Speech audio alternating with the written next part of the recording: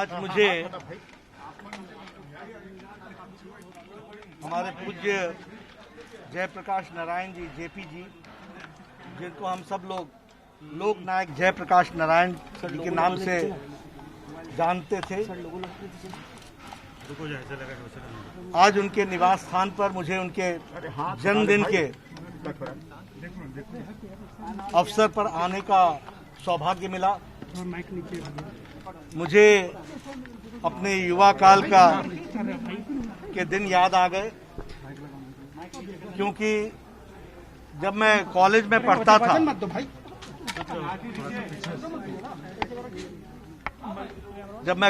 पढ़ता था तो उस समय जेपी आंदोलन अपने संपूर्णता के साथ, संपूर्ण क्रांति के नारे के साथ देश में व्याप्त थी और उस आंदोलन की जिसको हम ये कह सकते हैं कि उसका उद्गम स्थान जो था वो कदम कुआं का जयप्रकाश नारायण जी का ये निवास था। 1973 से लेकर 77 तक भारत की राजनीति में जो कांग्रेस के भ्रष्टाचार के खिलाफ, भाई भतीजावाद के खिलाफ, बेरोजगारी के खिलाफ एक जब मजबूत कांग्रेस थी, उसको नीचे से हिलाने के काम लोकनायक जयप्रकाश नारायण ने किया और प्रजातंत्र की रक्षा के लिए उन्होंने अपना जीवन दिया।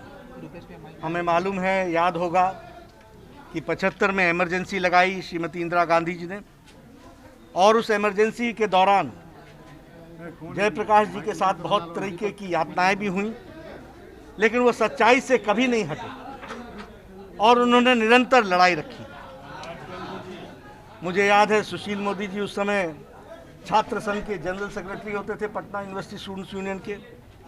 मैं पटना कॉलेज का विद्यार्थी होता था।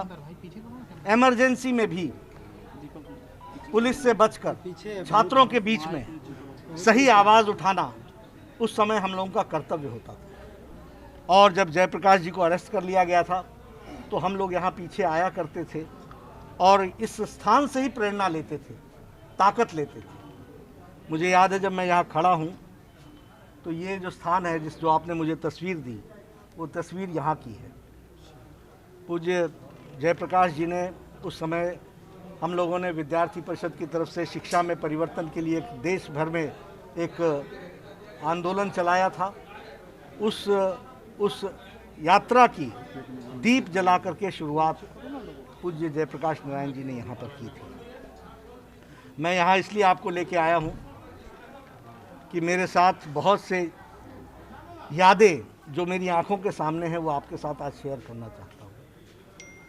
नानाजी देशमुख जो भारतीय जनसंघ के महामंत्री थे और राजनीति में जिनकी एक पैठ थी, मध्य भारत में जिन्होंने राजनीति में जनसंघ को आगे लाने में बड़ा योगदान किया था, वो जयप्रकाश जी से हमेशा प्रेरणा लेते थे।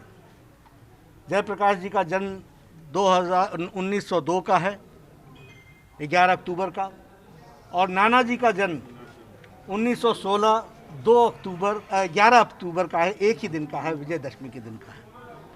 मुझे याद है कि 1977 में नानाजी देशमुख यहाँ जयप्रकाश नारायण जी के पास आए थे और यहाँ एक मंच लगा था इस तरफ, जहाँ जयप्रकाश जी के साथ उन्होंने मंच साझा किया था और जयप्रकाश जी से वो आशीर्वाद लेने आए थे और जन्मदिन की बधाई देने भी आए थे। उसमें उन्होंने यहीं से ऐलान किया था कि अब मैं एक्टिव राजनीति से अपना संन्यास लेता हूं और मैं सामाजिक जीवन में जाऊंगा। मैं उसका चश्मदीद गवाह हूं, क्योंकि उस कार्यक्रम में एक विद्यार्थी के नाते मैंने भाग लिया था। उस समय मेरे मन में प्रश्न खड़ा हुआ था, जयप्रकाश जी ने आशीर्वाद दिया था उनको। उस समय मेरे मन में प्रश्न खड़ा हुआ था कि क्या नानाजी देशमुख अब 60 साल की उम्र के बाद 61 साल के हो गए हैं, नहीं तो दिक्कत हो रहा है, वो अब राजनीति से संन्यास लेंगे तो क्या करेंगे। हमें नहीं मालूम था कि नानाजी ने अपने राजनीतिक जीवन से बड़ा कद और बड़ा योगदान उसके बाद के जीवन काल में दिया और उन्होंने जिस तरीके से संपूर्ण क्रांति को विषय को लेकर के जयप्रकाश नारायण जी का आशीर्वाद लेकर के गांव में परिवर्तन करने का काम पकड़ा और ग्रामोत्थान का जो विषय उठाया उसके लिए उन्होंने अपना जीवन समर्पित कर दिया। ऐसे दो महापुरुषों का जिनका आज जन्मदिन है, उनको मैं नमन करता हूँ, उनसे मैं प्रेरणा लेता हूँ, अपने युवा काल को याद करता हूँ और मैं अपने आप को सौभाग्यशाली मानता हूँ कि जिस उद्गम स्थान से देश की राजनीति ने एक नई झलक देखी, एक नई उम्मीद देखी, एक नया नॉन कांग्रेस गवर्नमेंट देखा और एक भ्रष्टाचार बेरोजगारी के खिलाफ लड़ने की ताकत देखी, उसके साथ मुझे भी सम्मिलित होने का मौका मिला। मंगल जी को सम्मिलित होने का मौका मिला, संजय जी को सम्मिलित होने का मौका मिला। संजय मयूं उस समय विद्यार्थी होते थे, स्कूल में पढ़ा करते थे, लेकिन हम सब लोग एक ही बात कहते थे, सन 74 भूल न जाना, क्योंकि सन 74 की लड़ाई हमने लड़ी थी। आज हम उस स्थान पर आए हैं, मुझे पुनः उनसे प्रेरणा मिली है। हम सब लोग जानते हैं कि जयप्रकाश नारायण जी ने अपना जीवन, सादगी भरा जीवन समाज को समर्पित किया। कभी सत्ता के प्रति उन्होंने अपना वो नहीं झुके और नहीं सत्ता से झुके, ऐसा व्यक्तित्व था उनका। उनको हम नमन करते हैं, उनसे प्रेरणा लेते हैं और हम सब लोगों को ईश्वर सद्बुद्धि दे ताकि हम समाज की सही तरीके से सेवा कर सकें। और आज मुड़ करके मुझे लगता है कि जो उन्होंने नारा दिया था उसको लेटर और स्पिरिट में अगर इम्प्लीमेंट कर रहे हैं तो हमारे यशस्वी प्रधानमंत्री श्री नरेंद्र मोदी जी के नेतृत्व में भारत की सरकार उसको इम्प्लीमेंट भी कर रही है।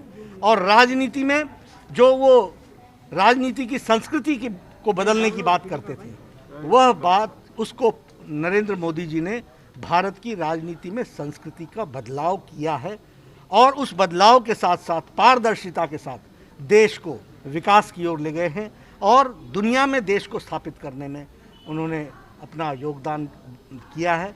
हम सब लोग उनके साथ मिलकर जयप्रकाश नारायण जी की आशाएं, नानाजी देशमुख की आशाओं को और अच्छे से आगे बढ़ाएंगे। एबीपी न्यूज़ आपको रखे आगे।